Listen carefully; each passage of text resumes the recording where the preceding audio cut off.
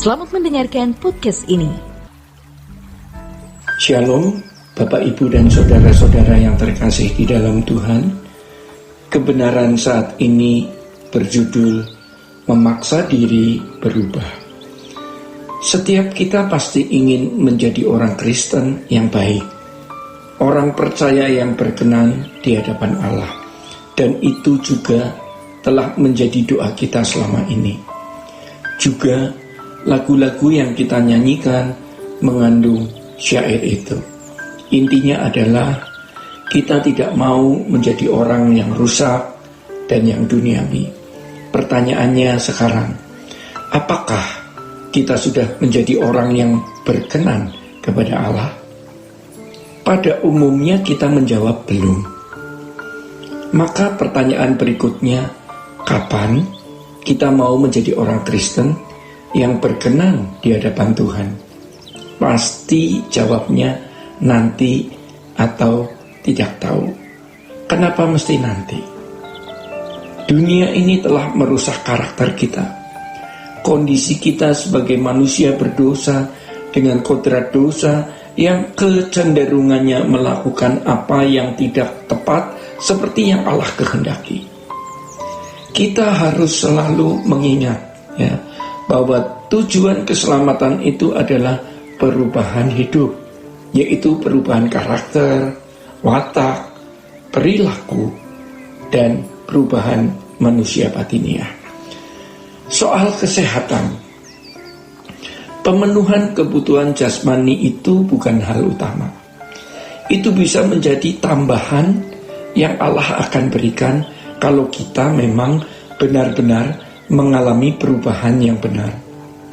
Kalau dulu kita adalah anak-anak dunia yang berkodrat dosa, maka sekarang kita mau diproses supaya menjadi anak-anak Allah yang berkodrat ilahi, sehingga kita bisa berperasaan dan berpikir seperti Tuhan, sehingga seluruh kehendak kita selalu sesuai dengan kehendak Allah.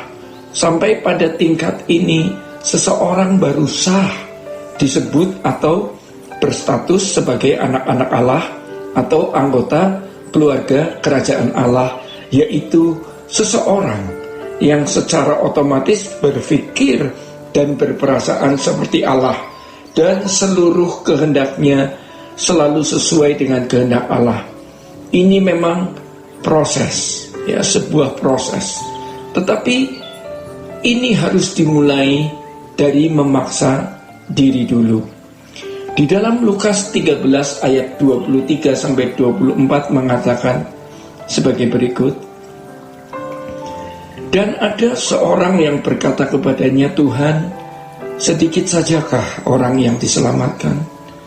Jawab Yesus kepada orang-orang di situ, berjuanglah untuk masuk melalui pintu yang sesak itu. Sebab aku berkata kepadamu, banyak orang akan berusaha untuk masuk, tetapi tidak akan dapat.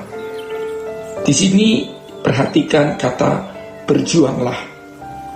Orang yang berjuang berarti orang yang menggerakkan dirinya untuk melakukan suatu tindakan. Ada unsur memaksa diri. Kita ingat bagaimana waktu masih sekolah kita harus bangun pagi, belajar mengerjakan tugas dan lain sebagainya. Jadi kita harus memaksa diri untuk berubah. Ini kalimat penting. Ini pesan Tuhan untuk kita saat ini, yaitu memaksa diri untuk berubah. Kalau kita tidak memaksa diri untuk berubah, maka kita tidak akan berubah sampai selama-lamanya. Pernahkah kita melihat baut yang sudah melekat pada besi dan berkarat? Sulit sekali untuk dibuka, bukan? Makanya harus dipaksa sampai akhirnya baut itu bisa berputar. Demikian pula kita. Dalam mengubah diri harus ada usaha yang sungguh-sungguh supaya manusia lama kita atau kodrat dosa kita dapat dilumpuhkan, dilemahkan, dicabut, dan bahkan dimatikan untuk kemudian diganti dengan kodrat ilahi. Dan ini memang sulit Seperti pepatah yang mengatakan menghancurkan batu lebih mudah daripada menghancurkan watak. Batu bisa dihancurkan dengan palu, tetapi watak tidak bisa dipukul dengan palu. Harus melewati satu proses dan juga harus melalui pemaksaan diri individu. Tapi di Matius 11 ayat 28-29 Tuhan Yesus berkata, "Marilah kepadaku semua yang letih lesu dan berbeban berat, aku akan memberi kelegaan kepadamu. Pikulah kuk yang kupasang dan belajarlah padaku, karena aku lemah lembut dan rendah hati, dan jiwamu akan mendapat ketenangan. Seperti seekor sapi, supaya dapat didaya gunakan, maka ia diberi kuk. Alat ini untuk membatasi gerak, juga agar sapi dapat berjalan sesuai dengan arah atau keinginan si pemilik sapi, sehingga sapi itu bisa dikendalikan." Kuk itu lambang pendidikan, ya, lambang penjinakan. Saudara-saudara, manusia juga begitu. Kita adalah orang-orang yang liar, tetapi Allah mau memakai kita untuk menjadi alat di dalam tangannya. Lalu bagaimana? Maka kita harus mau memberi diri untuk dididik. Ya, maka Tuhan Yesus berkata, "Belajar padaku." Dan Tuhan Yesus berjanji, "Aku menyertai kamu senantiasa sampai pada akhir zaman." Tuhan mendidik kita, namun itu juga tergantung dari bagaimana respon kita. Tuhan sudah menyediakan tangannya untuk mendidik kita. Lalu apakah kita bersedia dididik olehnya? Tuhan Yesus mati di kayu salib seperti memberi uang pangkal. Itu jalan, ya, supaya orang yang percaya kepada Yesus dimuridkan dan dididik. Kalau Yesus tidak mati di kayu salib, maka tidak ada pendidikan dan proses perubahan untuk menjadi serupa dengan Yesus atau sempurna seperti Bapa. Tuhan sering memberikan situasi sulit di mana kita diajar untuk tidak bergantung pada manusia, tetapi bergantung pada Tuhan. Tuhan izinkan kita dikhianati, dilukai, dibenci, difitnah, bahkan diperlakukan tidak adil. Dan Tuhan mau kita menyenangkan Dia melalui peristiwa-peristiwa itu. Lalu bagaimana caranya? Maka dikatakan jangan membalas kejahatan dengan kejahatan.